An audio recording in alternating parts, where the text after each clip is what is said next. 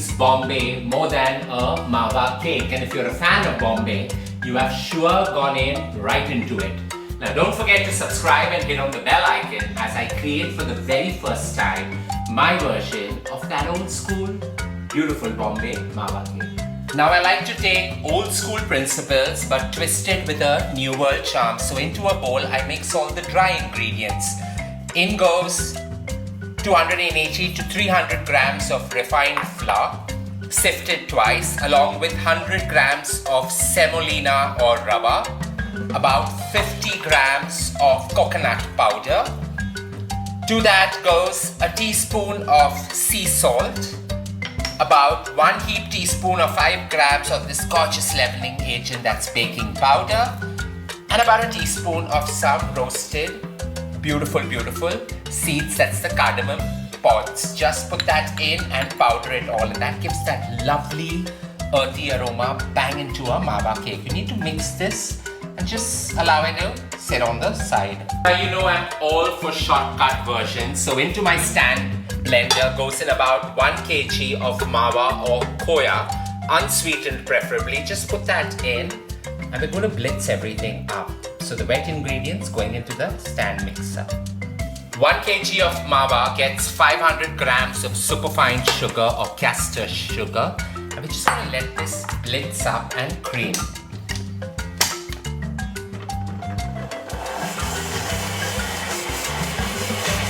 Speeding up the process. Now into this thick mass goes in about 60 grams of softened yellow butter. Just put that in and we're going to get to blitzing it up.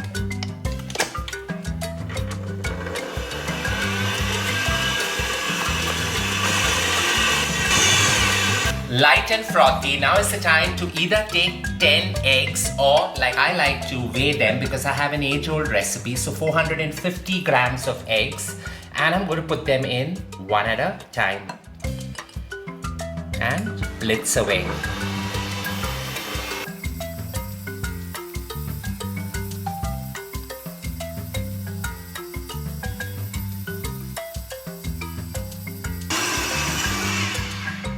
Now even if this curdles, you don't have to be worried because the flour is going to just merge everything really well together.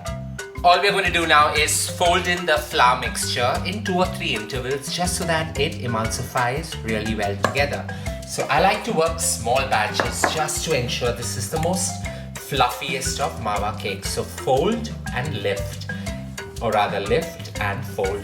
Anywhere works fine.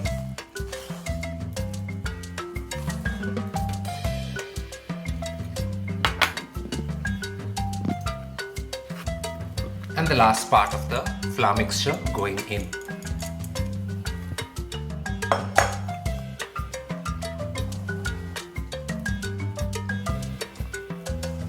Don't judge me, but I have the fondest memories of eating raw cake batter when my mum used to create these gorgeous little treats.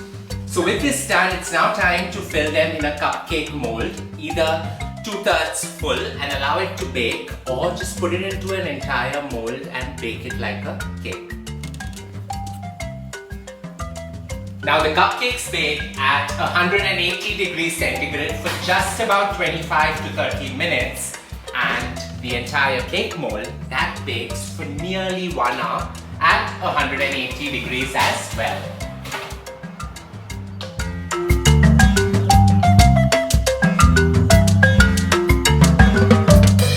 Now though rustic, crude and perfectly burnished, these cupcakes are an indulgent treat all by itself. Rich, and if you store them right, they can last right up to a week if kept in an airtight container in the refrigerator. I hope you enjoyed creating this one with me. Great flavors, a simple, old school charm from Bombay bang into my kitchen.